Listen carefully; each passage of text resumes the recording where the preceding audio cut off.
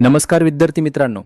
आज आपण एका अशा प्रवासाला निघणार आहोत जिथे आपल्याला केवळ राजा महाराजांच्या कथाच नाही, तर ज्या भूमीवर हा इतिहास घडला त्या भूमीची म्हणजेच भारताच्या भूगोलाची जादू अनुभवायला मिळणार आहे. आजच्या आपल्या पाठाचा विषय आहे भौगोलिक पार्श्वभूमी आणि प्राचीन भारताचा इतिहास व संस्कृती. हा विषय स्पर्धा परीक्षांमधील इतिहास अभ्यासाचा पाया आहे. मित्रांनो, विषयाला सुरुवात करण्यापूर्वी एक विचार करा. जर हिमालय पर्वत नसता तर आपला भारत कसा असता? काय गंगा यमुना नद्या आज आपल्याकडे असत्या? आणि सगळ्यात महत्त्वाचे म्हणजे आपली संस्कृती आज आहे तशीच राहिली असती का? या पाठात आपण मुख्यत्वे 4 गोष्टी समजून घेणार आहोत. 1. भारताची भौगोलिक रचना आणि तिची नैसर्गिक सीमा.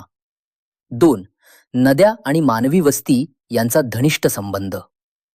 3. भौगोलिक विविधतेतून आकाराला आलेली आपली संस्कृती. 4. एवढी विविधता असूनही टिकून असलेली भारतीय एकता.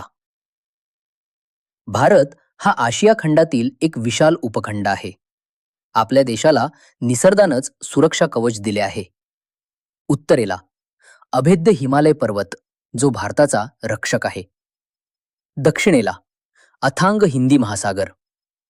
पूर्व पश्चिमेला बंगालचा उपसागर आणि अरबी समुद्र. या नैसर्गिक सीमांनी भारताला जगापासून वेगळे तर केलेच, पण परकीय आक्रमणांपासून सुरक्षितही ठेवले आहे. हिमालयामुळेच मान्सून वारे अडवले जातात आणि आपल्याकडे पाऊस पडतो.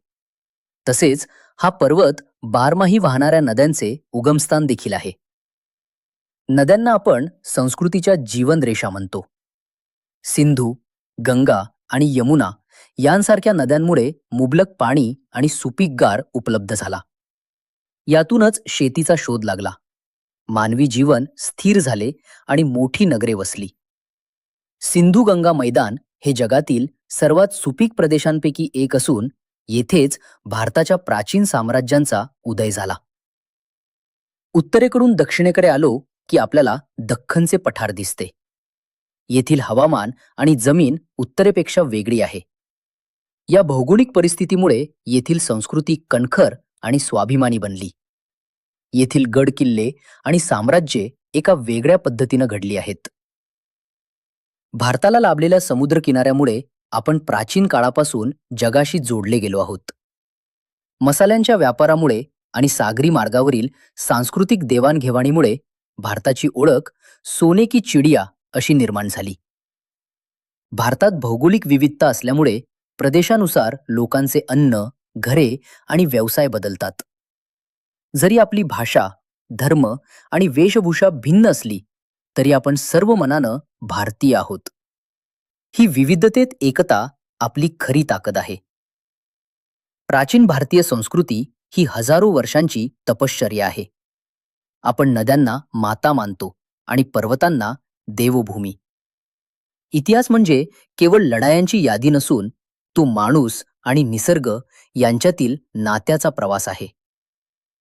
कधी विचार केलाय का, भारत इतक्या वर्षात तुटला का नाही?